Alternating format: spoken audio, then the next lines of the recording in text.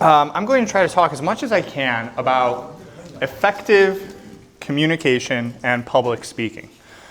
And we're going to do this flipped instruction style, so I'm going to expect you to participate.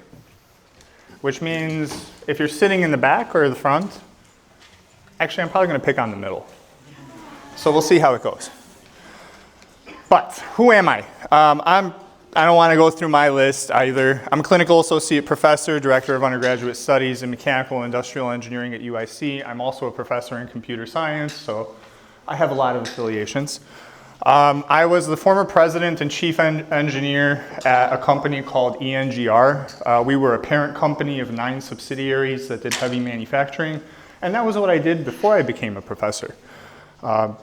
This is supposed to be like my retirement, I think. I'm older than I look, I promise. But yeah, see, over 15 years of experience. Would you have expected that? Now you're just sucking up. And I have 8 awards in communication, which is why I think that I was selected for this. 6 of them were for teaching excellence, 1 for best presentation, best paper, that kind of stuff. All right, so when we talk about communication, I'm going to break it down into the importance of effective communication, because there's no point in talking about anything if you don't know why it's important. Then we'll talk about types of communication. There is more than one type of communication. We'll talk about ways to improve communication and public speaking, and we'll try to bring it all together. This is going to be a lot, okay? So don't be afraid to ask questions. You can interrupt me. I actually appreciate that because it improves feedback and communication, which we will talk about. All right, so what is the importance? Here's the data. If you look at recent data, on the left side, you have a Pew Research Center survey that asks, what are the most important skills for workers today? This survey was conducted in 2024, which means it's very relevant to the younger people in this room, right? What are the 2 most important skills? Intrapersonal, which is a form of communication, and written and spoken communication. Those are the 2 most important things. Not science, not math, not your degree, but how you interact with people and communicate with them. And we'll talk about that some more. Now, let's talk about Pew Research did a study of students in school. What is the most important thing that they should learn? Math is 3rd. That makes me feel kind of bad because I do math. But communication is number 1. So this is a very important subject matter from the perspective of getting ahead in life.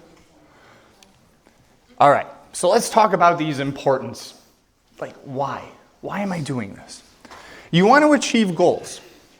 Getting a promotion means communicating with your employer, right? Convincing someone to do something or get your way. All of you have tried to convince your parents of something, right?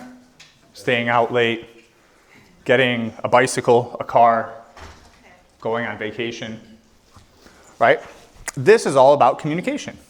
Or if you meet a new person, how do you get into relationships? It's all about communication, how you present yourself and how you communicate with them. It's about making better decisions, right? If we enclose ourselves into just our thought and don't exchange ideas with others, we never learn. We never progress. So we have to communicate to do that. We have to build relationships, intrapersonal relationships, like not just dating and those types of things, but overall, your friends, everyone. We want to improve productivity. If you don't communicate, you can't explain to people how to do things. We want conflict resolution and prevention. Things go wrong. We have to fix them. We have to disseminate information so others can learn from us. We have to build trust, and that's done through different forms of communication. And we have to engage and retain, whether it's like live streaming, class, work, you have to engage and retain the audience. So now your turn to tell me, what's important about communication from you? I look really goofy there. Somebody tell me, what is an important aspect of communication in your life? Form relationships. Friendships, right? Spouses, otherwise. What else? Go ahead. To be able to express yourself. Oh yeah, art.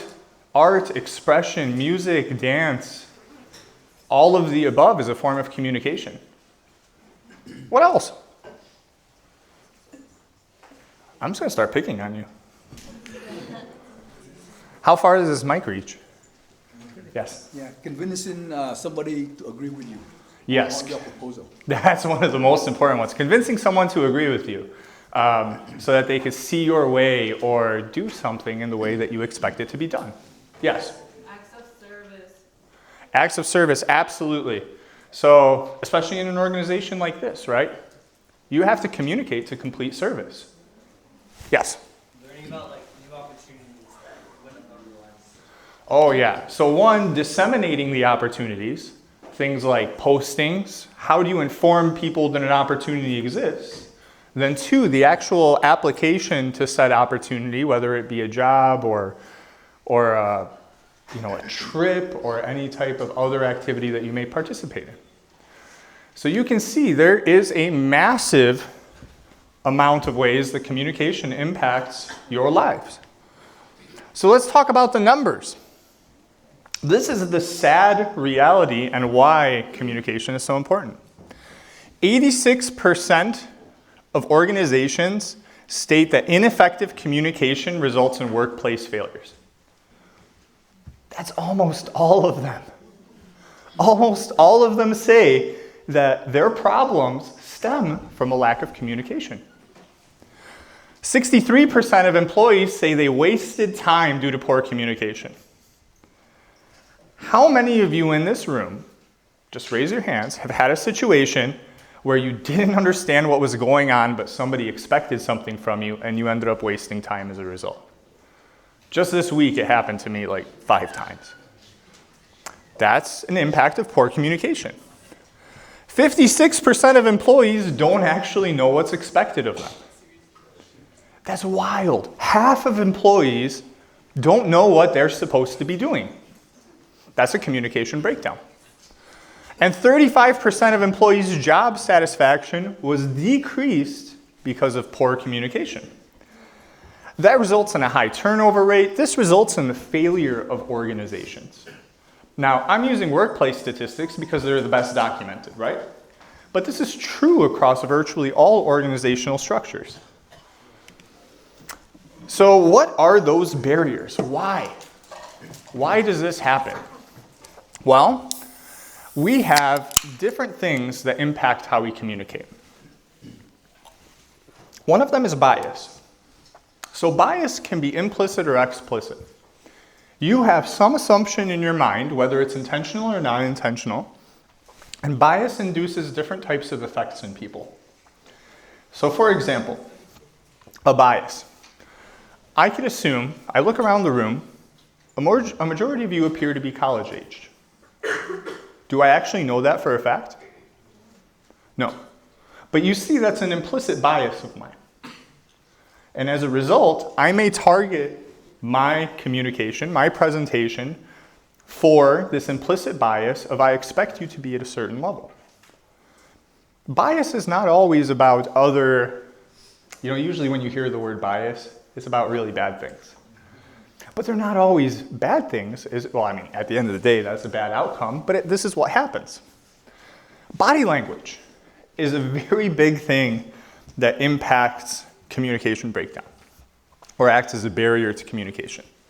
A lot of individuals don't realize the type of body language that they have, and I'll pick on you later for a body language exercise. But this results in mixed messaging or unintended messaging. Sometimes it could be cultural, sometimes it could be societal, sometimes it's just accidental, right? We have organizational barriers. One of the things that drives me insane, remember, I'm a director of undergrad studies at a university. I believe that faculty should be available to students, and it's my fundamental belief that we should break down barriers, and it should be understood that a professor is not out to get you. We're doing our job, and we're a resource. We are not the enemy. But how often does a professor feel like the enemy? Or a teacher feel like the enemy? Because they give you a grade, or they give you some sort of feedback, and you perceive this as personal against you. Has that happened to you? But that's not necessarily the intent, but this sort of organizational barrier exists because of the way that the organization is structured. You have a power disparity, a power discrepancy. So you have to break down those types of organizational barriers and structures to prevent that and have culture changes to allow communication to occur without fear. Then you have semantic issues, poor expression, technical jargon. Then you have, polysemous words. What does that mean? Anybody know? No. All right, that was intentional. I used a technical jargon. Well, actually, I just used the word that you needed to open a dictionary to figure out what it is. Polysemous are words that have more than one meaning. All right? Now, I could have said words that have more than one meaning. But I wanted to make a point. This is a semantic issue. Why did I choose this word when I could have just said, words can mean different things. And you should choose your words wisely to prevent misinterpretation of words that have more than one meaning. So this is a prime example of a semantic issue, and then assumptions about prior knowledge, which falls under bias. You also have emotional or psychological barriers to communication, which especially, if you're standing in a position like I am, you may have fear. You may have people that simply are inattentive or distrust you, don't agree with your attitude, right? And it's very hard to get past some of these barriers, but we'll talk about how to do that. Now, when you talk about public speaking, it's a little bit different than standard forms of communication. Here, I'm going to tell you that the biggest barrier to public speaking is experience. You have to do it a lot. I obviously didn't just wake up one day, can stand up here and give a presentation so comfortably. You want to know an honest fact? I'm nervous right now. I'm stressed and a little bit panicked. I'm masking it. And you'll see that I actually mask it through humor and other types of interactions and getting you to talk, and this kind of bi-directional communication, which makes me more comfortable rather than standing in front of a huge audience. Now, if the lights were dimmed and it was basically a room of darkness, I'd be having a full-blown panic attack because I wouldn't be able to see you and I couldn't feel like I was talking to you. But this is real. Don't think that I just have this kind of skill. I had to practice this. Other things, unengaged audiences. Oh my goodness, this is like the biggest problem to a professor. You just want the students to interact with you and they're just, I don't want to be here. I don't want to do this. This class is too early. This class is too late. I just ate lunch.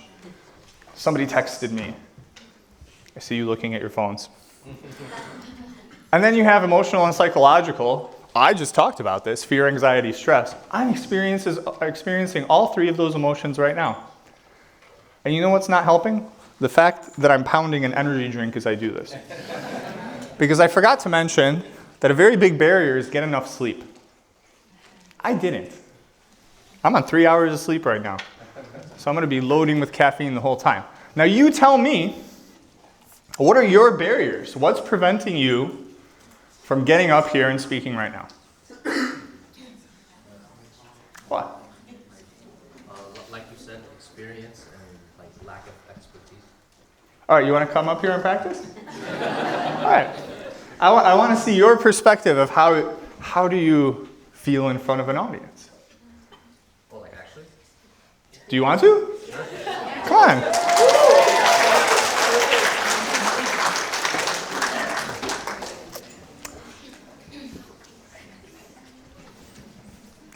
Have you ever been on this side of the podium? Couple times. Couple times? Yeah. Is it nerve-wracking? Oh yeah. Really? Oh yeah. But you think you could get over it if you practice, right? Maybe. I don't know. So It'll take a while. we'll have a small segue into body language. Sure. Right. As a pop. And this is completely okay. Because we're both standing up here. I'm sweating. Are you sweating? Maybe a little bit now. All right. But I'm stressed. Are you stressed? Oh yeah. Yeah. Heart's beating a little fast now. All right. But do you notice how their interaction, the laughter, everything, does it make you more comfortable? No. No? It's All right, so we have to figure out your coping mechanism. Being humorous is, like you said, it's kind of a coping mechanism for myself. All right. But Tell the joke. yeah. Who's there? I don't know, I thought you supposed to tell me.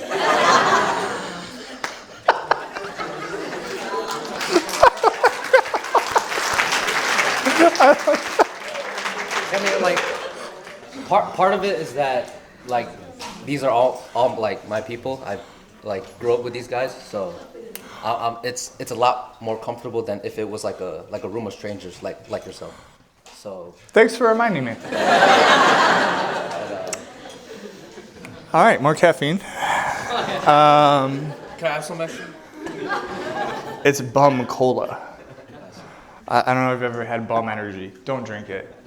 Don't drink it. You'll be shaking. I just go through too much caffeine in a day. You know, the side effect of being an engineer, lots of caffeine, not very much sleep. But, all right, I greatly appreciate all of your help. Thank you for coming up here and showing the point, right? So, I actually didn't expect anyone to do that. Very brave. You are, honestly. Honestly, I appreciate it. It takes a lot of practice. And I mean, for me, it's been over a decade worth of practice. So realize that this is like playing an instrument or playing a sport. You have to practice, it takes time, and you get better incrementally. And even when you're perceived as good at this, you're still, I mean, on the inside, like, I'm falling apart right now. I'm afraid that what is everybody thinking in the room? What's going on? What's going through your heads? Is my message getting across? But we'll talk about mechanisms to check those things. So first, let's talk about types of communication. This is a non-exhaustive list. This is just what I'm going to cover. Verbal, nonverbal, and written. Verbal communication, you're all familiar with it. Nonverbal, I may surprise you with some things that really matter. And then written communication, I'm really just going to slam ChatGPT. I'm kidding, that's not what I'm going to do. But I did say that because I saw that there's somebody going to be giving a presentation about using AI and things like generative models for leadership. So I want to put some caveats there in your mind. So verbal communication. Always consider who is your audience, right? I had to ask a few times, who was my audience? What will be the size? What will be the age range? What will be the composition? What is the background? Because if I didn't know that, this could have been a complete miss, right? Could have been a complete miss. What's the setting? What are my surroundings? I had to know, do I have access to PowerPoint? Will I have my own computer available? How big is this room going to be? What is the lighting going to be like? All of those details. I asked them because I needed to know how to best prepare for this particular situation and be effective. The intent. What am I trying to tell you? What are my goals? What is the point? I'll get there. Okay, but this is an important one. And then engagement and feedback. You'll see that I'm doing all of this the entire time, and I'm going to point that out. So audience. Think about your size. How many people are you engaging? If you're talking one-on-one with someone, it's very different than when I'm talking to a room of 150, is it? 150. This is like a large lecture hall. Not too bad. But large audiences require broader appeals. I can give you a prime example. Now, let's say I had an arbitrary audience of 150 in the United States, and I made a joke about a political party. I already see heads shaking. I'm going to alienate half the audience, am I not? Don't do that. Don't do that. It's that simple. Large audiences require broad appeals. You have to consider the composition of your audience. if I do something or say something that alienates half of my audience, I just lost half of my appeal. Be very conscious of that because people do it subconsciously. You tend to think everyone is like me. And that's not the case when you get to a large audience. Now, when the audience starts reducing and it's a more controlled setting, then you can have more direct appeals. Your composition is the same thing, right? Composition of your audience impacts how you speak.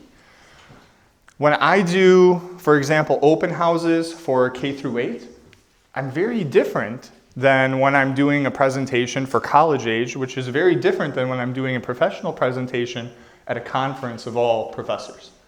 The way that I speak, the way that I behave, my mannerisms, even the way that I dress is different because I have to appeal to that audience. And then feedback. How you interact with the audience is different. Here, I have to ask for volunteers, maybe pick on some people, right? But if you're one-on-one with someone, you can get direct feedback and have a two-way conversation. And you have to consider how that impacts how you pivot. I've already had to pivot in this presentation more than once, and we'll talk about pivoting.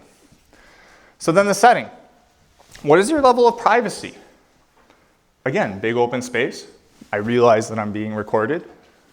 I'm already pivoting. I was going to make some jokes I don't want recorded.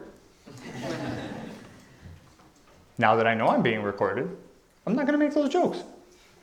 So you see, level of privacy changes. But also body language and movement. When you're, could you imagine, like, I'm walking around a stage to be active and lively. If you were pacing like this in a room of your friends, they would think you're crazy, right? If you're constantly moving around, doing all these big gestures, you look like a crazy person. But in a big room like this, you have to, or you become this person. Have you all had this teacher and professor? Does it make you sleepy? Yes. But when you're having a one-on-one conversation with somebody, you're focused, you're intent on them. Your body language is very different than when you're in a big audience and I'm constantly looking around, I'm moving, right? So this type of body language, movement, feedback, it's all different depending on the audience. You also have to think about your intent. What's my goal? What am I here to talk about today? And I have to stick to it. Everything is about communication, different forms of communication and presentation. Prepare that communication. Know your underlying purpose. Is there persuasion involved? In this particular talk, I don't have persuasion. I'm not trying to convince you of anything. Well, that's not true. In the beginning, I tried to convince you that this is important. All right, did I do that? Yes. All right, good. So, one bullet point accomplished. Exchange of ideas. How do you want to communicate things, right? Be careful of barriers to communication here and ensure that you actively listen and exchange. You need feedback from your audience to ensure that they know or understand what you are saying. This is why I hate Zoom. I'm going to get to that later. Fact-finding. I want to know. Because not all communication is like this. You have interpersonal communication where not only are you trying to express something to them, but you're trying to get information from another individual. And in this situation, you have to ask clarifying questions. Listen before you speak. So many heads shaking right there. You all know people that talk without listening.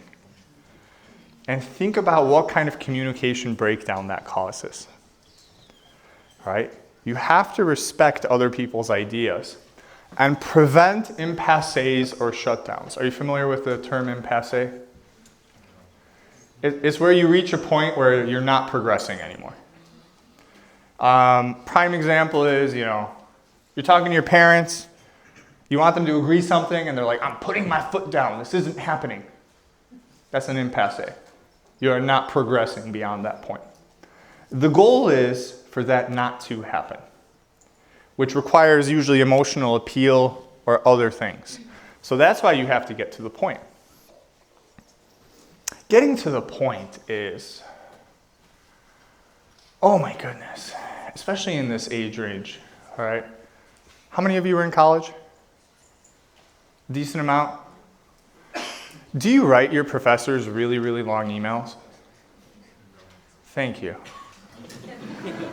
Thank you. This is actually becoming a huge problem with ChatGPT and other large language models, that students will say, they'll prompt like, write a professional email to convince somebody of something. And they send me that email. And I open the email and it's 500 words and I read the first 2 sentences. Dear sir, madam, la la la la. And I just respond.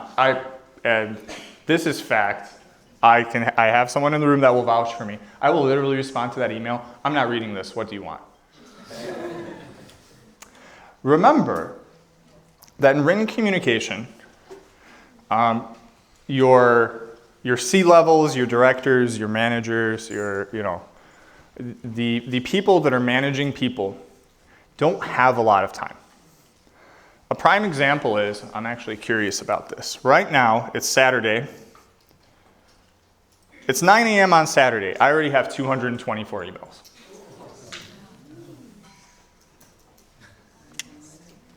How much time can I spend? If I spend 1 minute per email, that's already 4 hours. It's only 9 a.m. By the time I spend 4 hours responding 1 minute per email, I'm going to have 500 more. I did an analysis of this one time, and I realized that in a week, if I spent 1 minute on every email, I would need 750 hours. There's a problem with that. There aren't 750 hours in a week. So, get to the point. Now I'm going to get to the point. Spend most of your time and effort on the main idea, the ask, the task. Okay? Don't beat around the bush. A lot of people have this premise that if they non sequitur or they move to different subject matters and get around it, that they can somehow convince somebody. No, now I'm lost. Now I'm frustrated. I don't know what's going on. I don't know what your ask is. We already have a communication breakdown. Okay? The point is the most important thing. And don't inflate or fluff. This is where I say be careful of ChatGPT. ChatGPT tends to put a lot of fluff when you write. It inflates things. You'll prompt it to do something and it'll give you this entire message and the point is lost. Right? In speech, using a lot of adjectives, buzzwords, terminology, it takes away from the message. Keep the message to the point. What is the point of my presentation? Communication. And I keep saying that word over and over and over and over. I'm not using synonyms. I'm not using other things. I'm not getting into different discussions. I stick to the main point and the main idea. But how do you evaluate if that's working? So we have to use engagement and feedback. All right? Watch people's body language, watch their facial expression, practice active listening, and pivot. So, when I say watch body language, I always look around the room. If I look at the back left, there's a person sleeping with sunglasses on. Still sleeping. I put him to sleep. All right? Now, does that concern me? No. It's what. See, this is, remember, your professors see you. Right? Like I'm standing here. I see what everybody's doing. When you're on your phone, when you're doing something else, I see it. And we remember. So when the grade comes and you're like, I don't understand why. You know why. You know. But this is the thing. I have to look at the majority of the room. If you start yawning, if you're not paying attention, I'm not engaging you. Right? There's always that moment in the class, right now I'm teaching mechanical engineering class, ME 428, numerical methods, very high level math class, a lot of programming involved. The number one thing that I look for when I say something in class is the eyes get wide, the mouth opens, and I'm just like, they are so lost right now. I have to stop what I'm saying, go backwards, ask questions. Now, what's the ideal thing in that situation? Well, active listening, right? They should be asking me questions when they don't understand. Do they? Usually not. 1 or 2 kids in the class, yeah. But out of 150, most people will not ask a question because they're shy. So as a result, I have to watch you. And that's how I keep you engaged. And these are very important skills that you develop over time. But that type of body language is important. But even in different situations, body language can happen very differently. So facial expressions, body language, active listening, paying attention, and mirroring. Are any of you familiar with what mirroring is? Yeah? Did you get out of like a dating article? Was it? Yeah? Yeah. It's actually a very effective technique at getting interpersonal bonds with individuals. So for those of you that are not familiar, mirroring is repeating the actions of the person that you're talking to and trying to compel. So if they cross their arms, you cross your arms. If they brush their hair, you brush your hair. You do the behaviors that they're doing, and this is referred to as mirroring.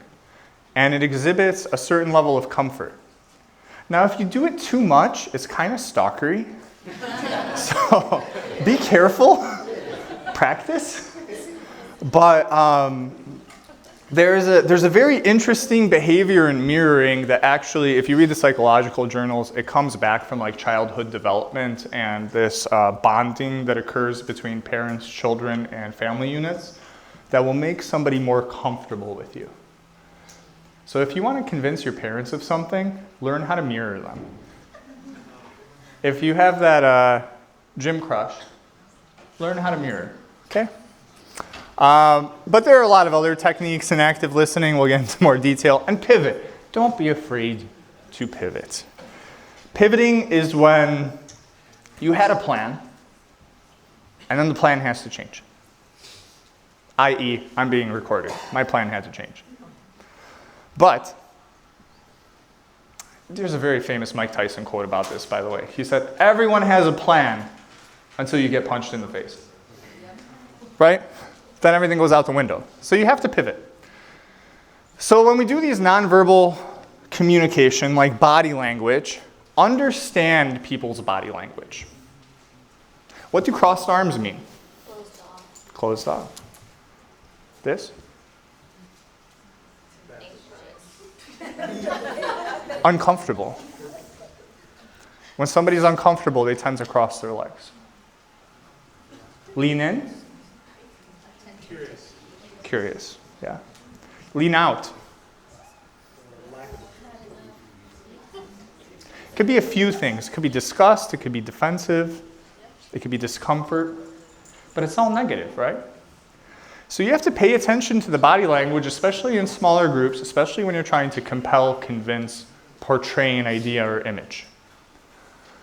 Eye contact is another important one. Eye contact can totally make or break stuff. And then there's paralanguage. I'm going to spend more time on paralanguage. So, body language.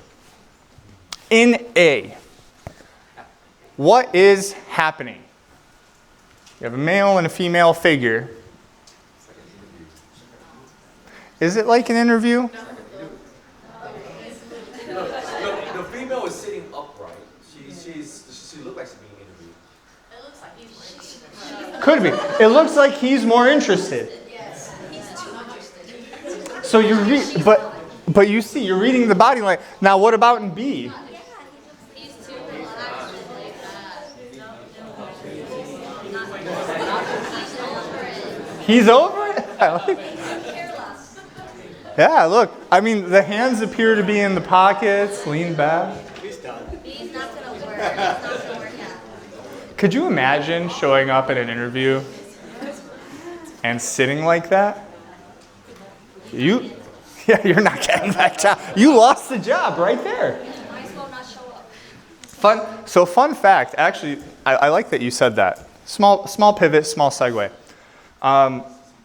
Remember that when you submit a resume and you are invited for an interview, you have the skills. You're hireable. Why does the interview happen then? To see the person's personality engaged.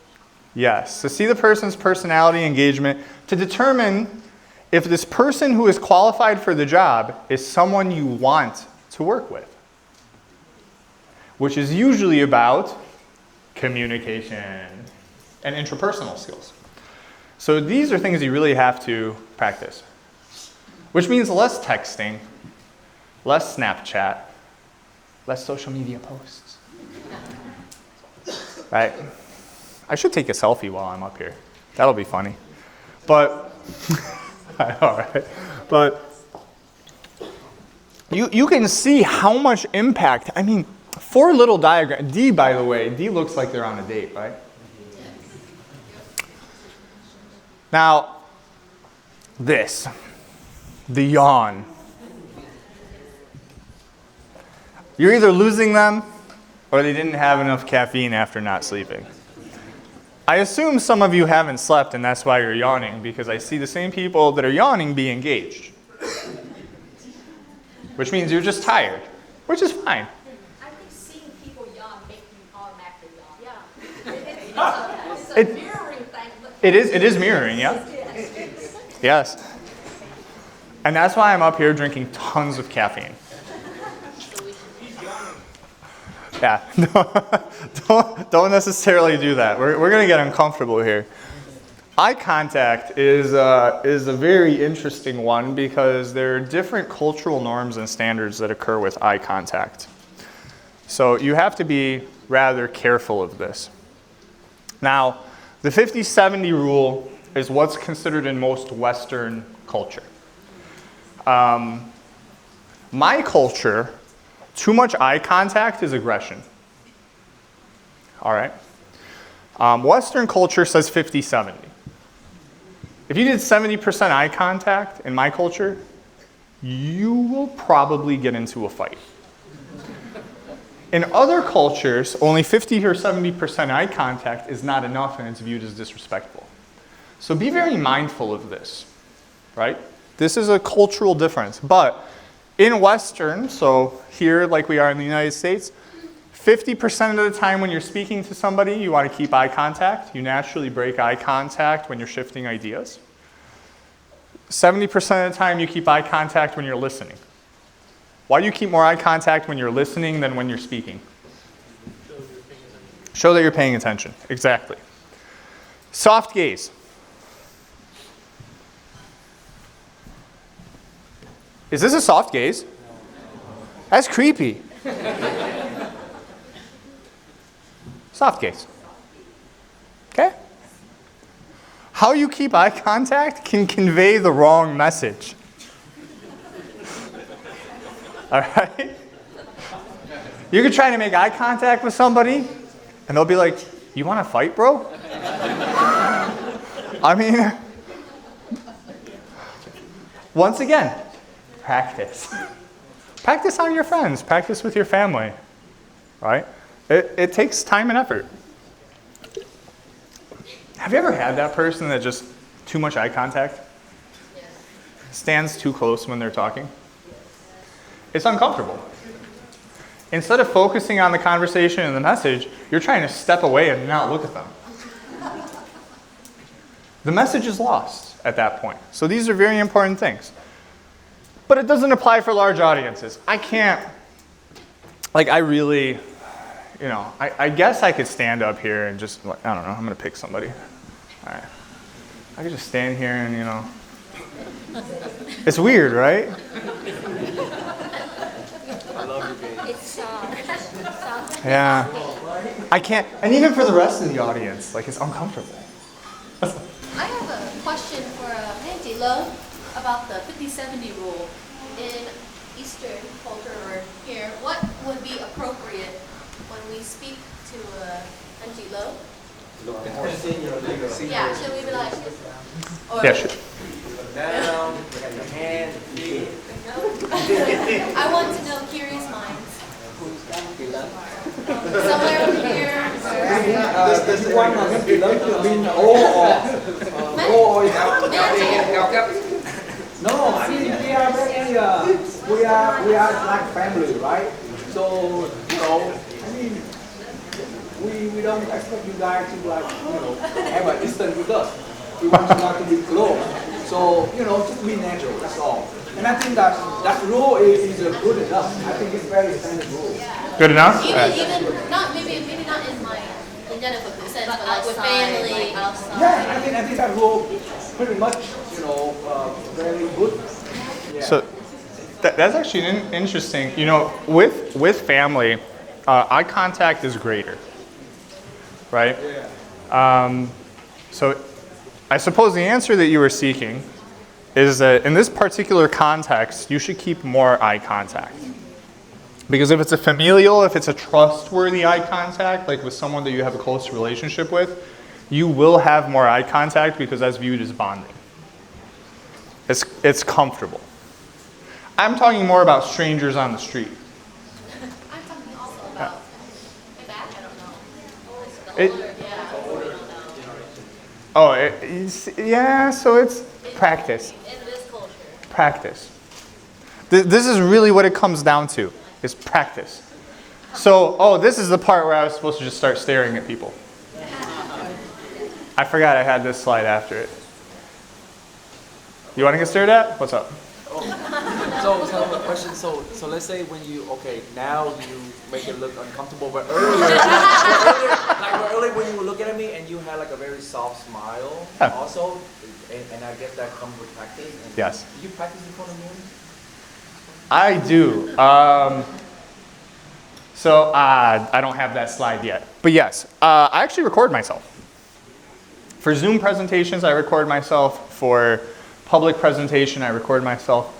I practiced this entire speech recording myself and reviewing it. Yeah, because I had to be prepared. Yes? Pardon, can you say that louder? Where? You look over everyone. So the goal is to make eye contact with everybody in the room sooner or later. I got an hour and a half, so that gives me about 1 minute of eye contact per person. But you sweep across. Now, normally what ends up happening is you tend to focus on the front third of the room because they're closer and you can actually make eye contact. Whereas individuals in the back, it's very difficult. This is why it's actually never recommended to sit in the back of the room in presentations where you want to appeal to the speaker. So if, for example, I don't know, this was a TED Talk or something at a company, and your intent was to come up after and introduce yourself to me, you should not sit in the back of the room. You should be towards the front of the room.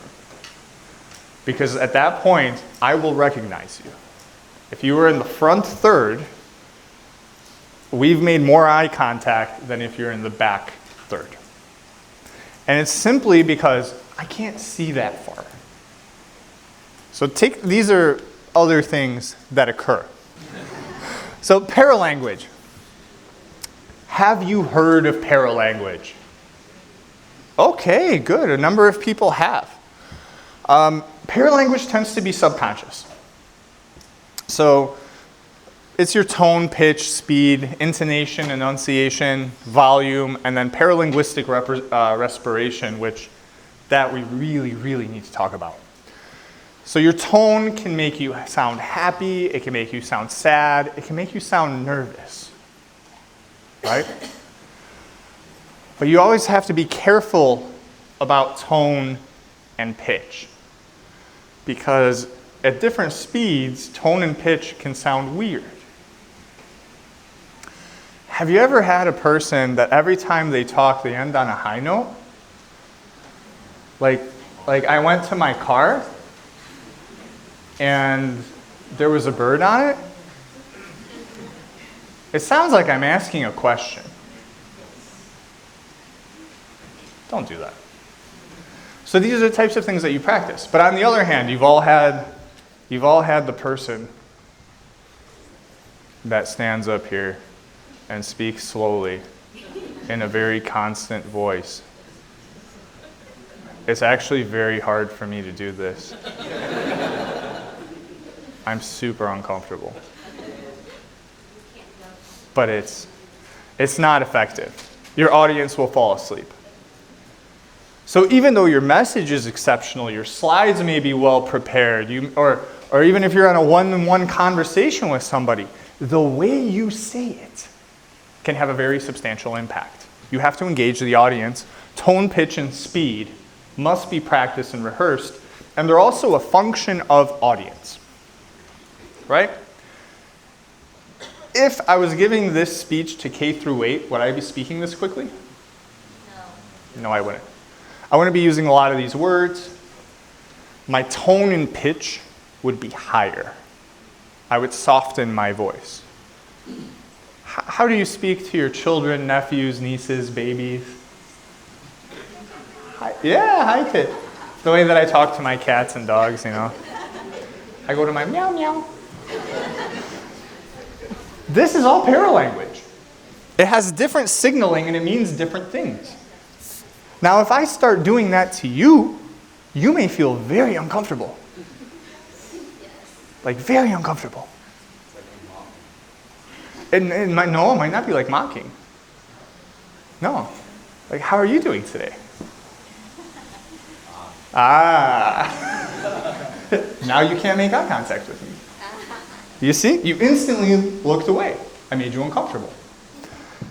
Paralanguage is important. You can make someone instantly uncomfortable with the tone of your voice. Intonation, enunciation, practice. This is just pure practice. In the mirror, listen to yourself speak, have others listen to you speak. I'm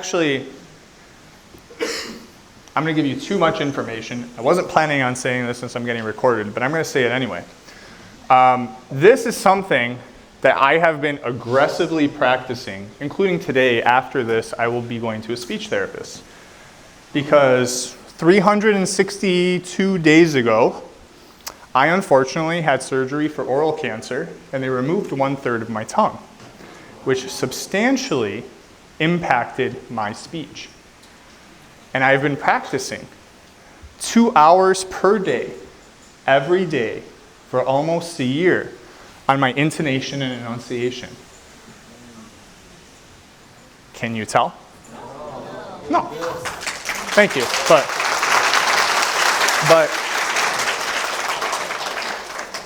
these are things, by the way, that's what this massive scar is. But these are the types of things that you simply have to practice. And you can get there. Even when bad things happen that prevent it, you can get back. All right? It just takes time, effort, and practice.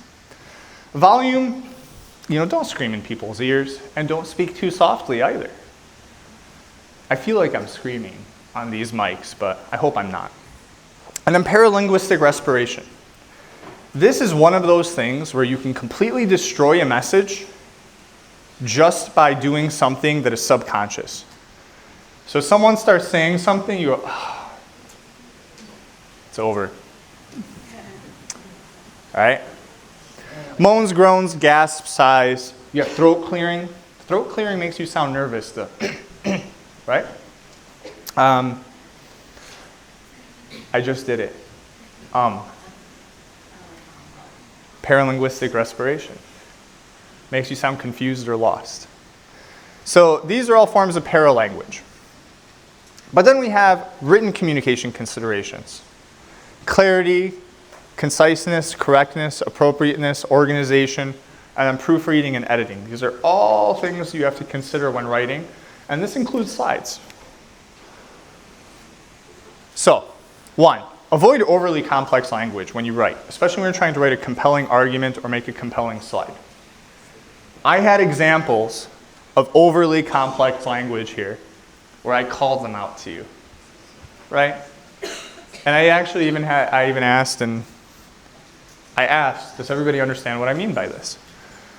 So try to avoid these types of unnecessary things, but it is also a function of your audience.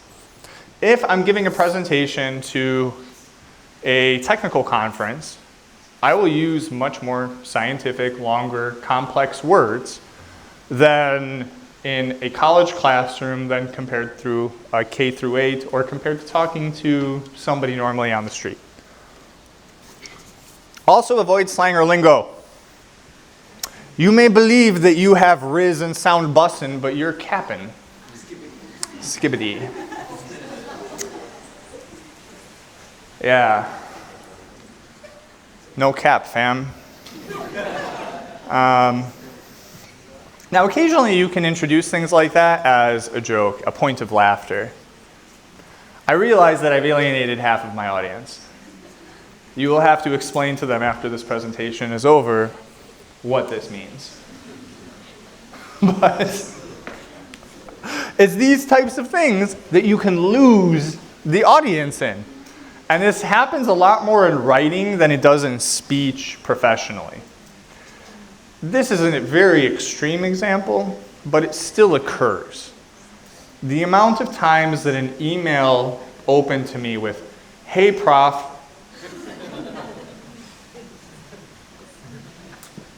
okay, didn't know we were like that. It's weird sometimes, you know? I have a lot of people send me emails or messages like I'm their drinking buddy. I'm not. So be specific as well. Ambiguity is a problem. Ask for what you want. Get the point across. Make the point very clear.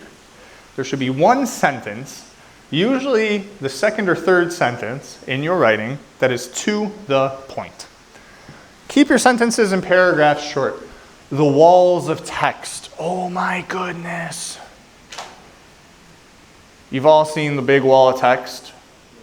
Online posts, Facebook posts, social media. Somebody sent you a text message, whatever. You see the wall of text, and your first thought is, I'm not reading this. I do that a lot. So, complex long sentences, cut them out. They have a place in technical writing or business writing or legal writing, but in normal conversation, compelling arguments, trying to communicate with others, keep it short. Break your paragraphs up logically. Topic, sentence, point, transition. Topic, sentence, point, transition. 4 to 6 sentences tops. Organize things into nice paragraphs. Make sure that you have correctness, right? Fact check yourself. The last thing you want to do is write something compelling, try to convince somebody, and be wrong. You know? You immediately lose rapport with your audience.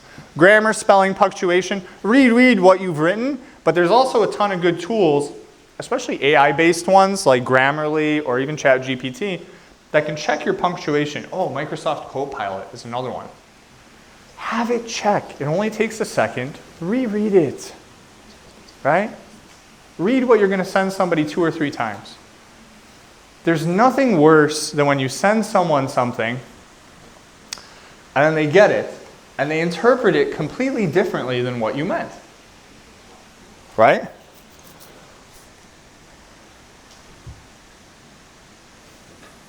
I'm going to tell a story anyway. I get a message, is there anything I can do to improve my position? That's ambiguous. Sounds inappropriate at face value. Right? Why couldn't they say, can I take on additional projects to improve my position and get a promotion? Specificity. Do not present ambiguous situations because they can be interpreted out of context. Oh yeah, also don't rely solely on AI. Like, oh, the ChatGPT messages and emails and ChatGPT writing is so bad. It's so bad, especially to people that are like knowledgeable in the subject matter. When I see someone that is not knowledgeable in a subject matter, you use something like ChatGPT to try to write a compelling argument with citations and stuff, but the data is just wrong. I'm sitting there and I'm reading it. This has happened very famously in the news recently. actually, if you look it up. I'm not going to get into political stuff, but this actually happened very recently in the news. You can read an entire article about AI-generated language that was completely wrong. The citations were off, the data was wrong. And it was presented as fact. So it's okay to use generative models to help you. Don't rely on them to replace you. Because then you are replaceable. And you don't want to be replaceable. So appropriateness and structure. Again, consider the audience. Who are you writing for? Consider the tone. It is very hard to express emotion in writing. Very hard. Right? How many times have you sent that text and it did not hit the way you expected it to? Yeah? Did you ever send a text message to one of your friends and you intended it to be like friendly or checking in on them? They interpreted it as anger, malice, something that it wasn't? Yeah. But that wasn't the intent. So consider that tone. It's very hard to introduce tone into messages. I was told recently by one of my younger neighbors, well, actually what she told me was, she asked me, why are you so mad? I don't know what you mean. She informed me that putting punctuation in your text messages exhibits anger. Is that true?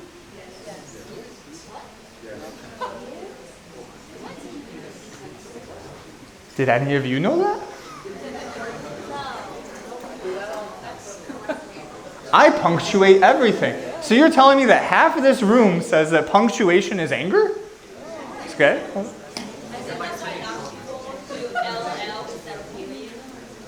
They do what? You write down LOL. LOL? Yeah. Like, hey, you want to go to the movie? LOL instead of the question mark. No. Consider your audience. This is a total, but we're in a room. We have two groups of people right now that are saying, I don't understand you, and the other one is saying, this is how it is. What? There's a difference between saying I'm mad, period, versus I'm mad, no punctuation. It's like I'm mad, period. You know, like I am mad. Or like I'm not mad, period. You know, then that means like you are mad. You say I'm not mad, period.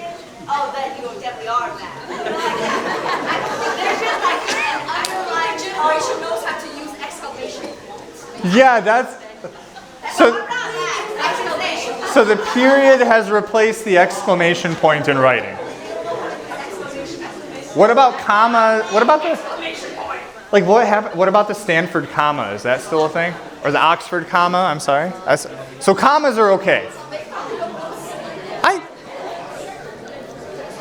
Look at the discourse we created with punctuation. Now, but this brings such an important point to light of, imagine you're all in the same organization. And now we have this big communication barrier impasse over punctuation. Where half of the room will say, you're not punctuating, that's important and inappropriate. And the other half of the room will say, why are you punctuating and mad, bro? Think of it this way.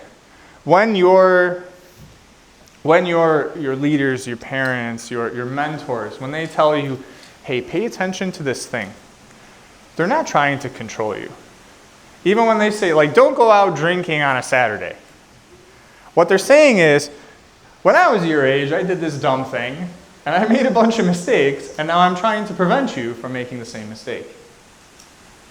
So every time you're told something like that, just keep that in the back of your mind, that this is shared experience. When I say I have a decade and a half of experience as an engineer, what I truly have is a decade and a half of learning from my mistakes.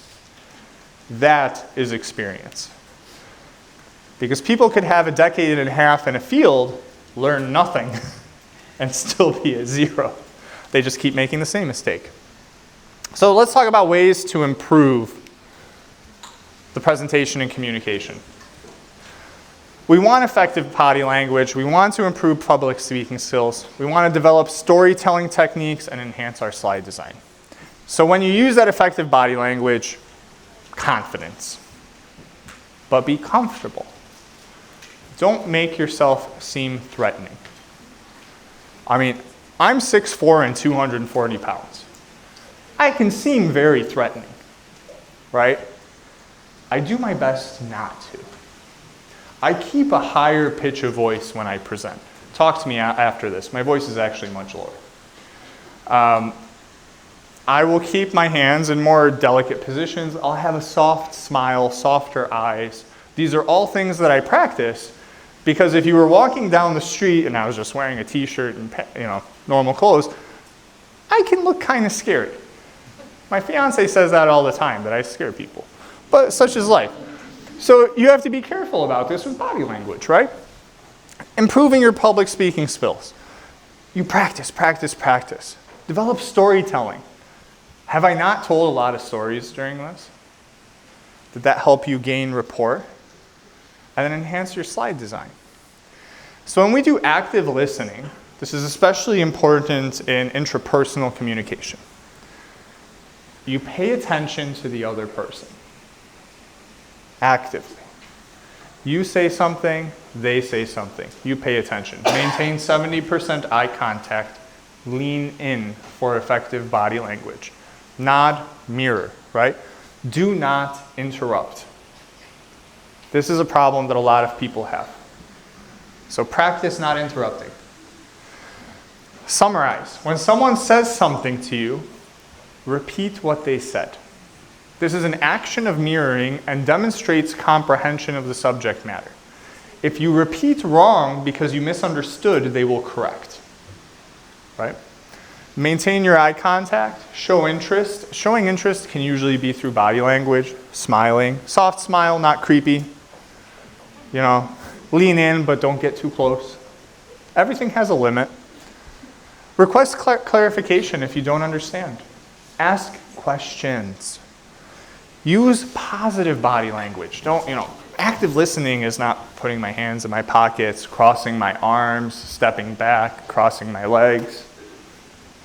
It makes you seem uncomfortable or disengaged. Paraphrase if possible. So kind of like the summary, but you're only taking out specific words. So they'll say you want to go on Tuesday? Yeah, Tuesday. You repeat that one word. Withhold judgment. Let people get their entire point across before you start bringing in your point, and withhold your judgment until the point is completed. Especially if you're trying to make a compelling argument or have a discourse with an individual, you have to first truly understand their position before you can dissect it and show them a different position.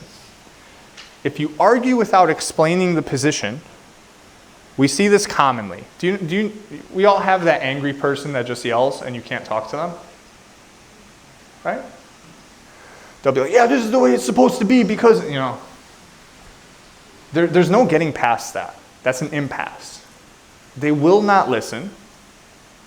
You cannot participate. The best thing you can do in that situation, unfortunately, is walk away. Communication requires two parties participating. Speaking at someone is not the same as speaking to or with someone. Show empathy. Even if you don't agree, you should participate in the empathy of the situation. Now, you can later show different perspectives on this, but you will not build rapport if your immediate position is, you're wrong. That's an impasse. And share. Don't be afraid to give a little bit more information to truly get a point across.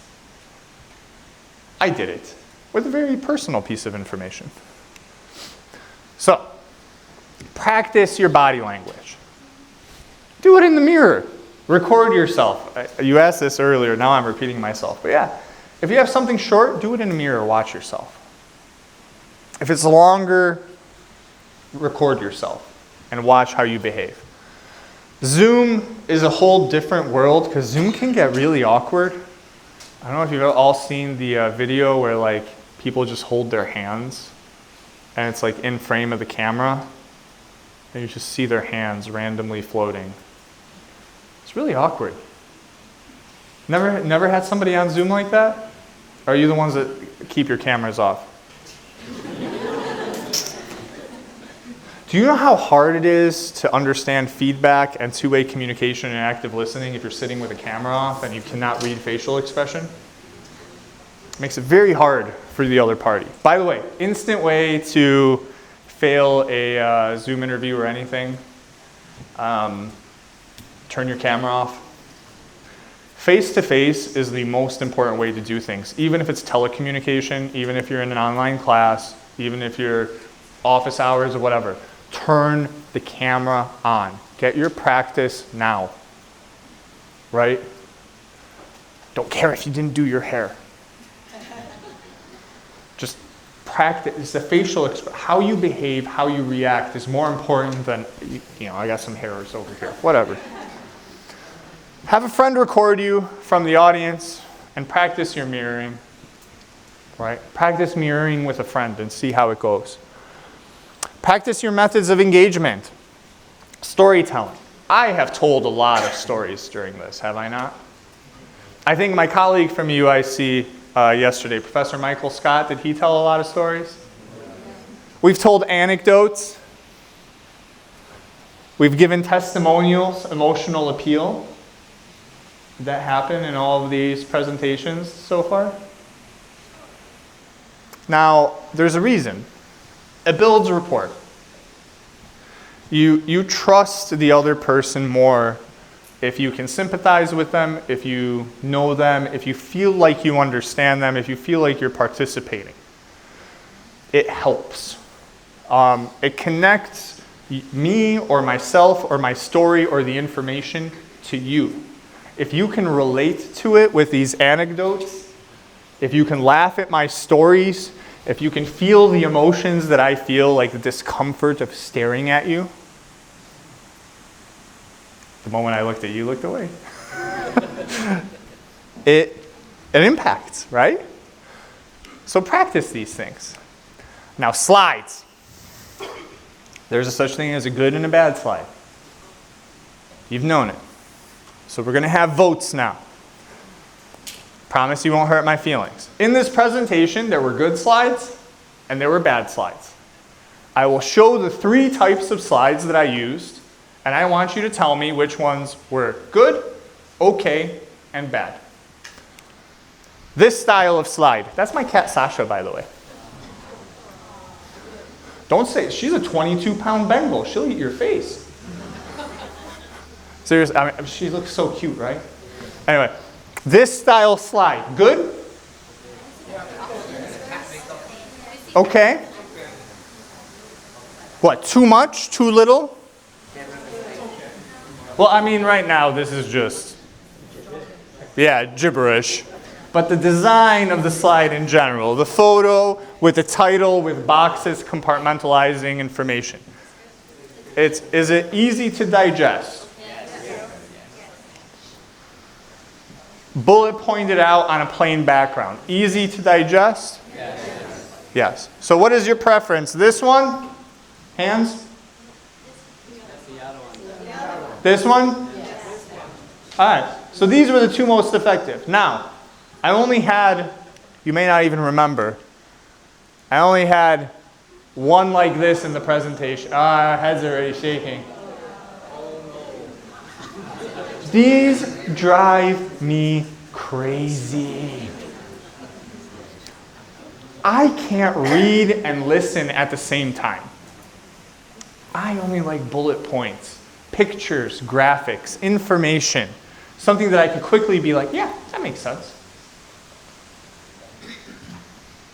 And don't read from it. You'll notice I glance and then I look at you. Which slide do I have up? Then I look at you. This is how you have to do it, and that requires practice. If I'm here, have you had one of those teachers or professors that their back is to you? It's bad, right? It's impersonal. You don't feel like you're grasping the information. How many of you fall asleep in that situation? I do. Or the professor or teacher that just writes things on the board. You're like, come on, get to the point. So you have to be careful about these types of things. They could severely impact the comprehension and engagement of the audience. Now, when you put it all together, before the presentation, there are a lot of steps. Okay? Establish the topic. What am I talking about, and does it make sense? Gather and research and become an expert. Some of these things I had to look up for more detail. I knew the high level, but what I didn't want to do is walk in here and tell you the wrong thing.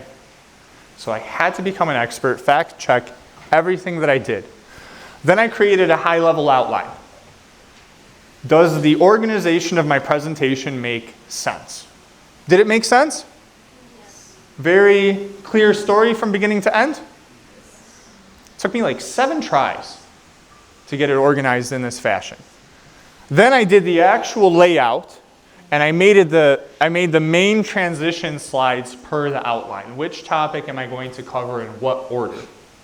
Because I had to make sure that I don't lose the point. Once I do that, I fill out the individual slides in between. Check the story. Does it flow? Is the transition from one topic to another logical? Can I keep this like a conversation, or am I suddenly going to be like, wait, what? You've all seen a presentation where a slide comes up and the person seems confused at their own presentation. Like, where did that come from? Or it suddenly switches subject matter out of the blue. It doesn't work. Then iterate. It took me, oh my goodness. I think I was texting in the middle. I was texting last night, late at night, practicing like, what happens if I finish early? I had to re-go through my material several times because I was recording myself and practicing, and I realized I'm going to have 30 minutes left. Now I'm going to end practically perfectly. Find your graphics, produce your data to fit your slides. Make it visually appealing last. Don't worry about making it pretty in the beginning. Make it pretty in the end. Okay? Because if you spend your time making it pretty, you'll lose the message. Have the message first, make it pretty later. Practice with a timer. I really messed up number 12. I got 3 hours of sleep and I'm loaded on Red Bull, or not Red Bull, but energy drinks. Get sleep. Relax. Don't do what I do. I just do it too much. Now, when you actually do the presentation, build rapport. Your audience has to trust you.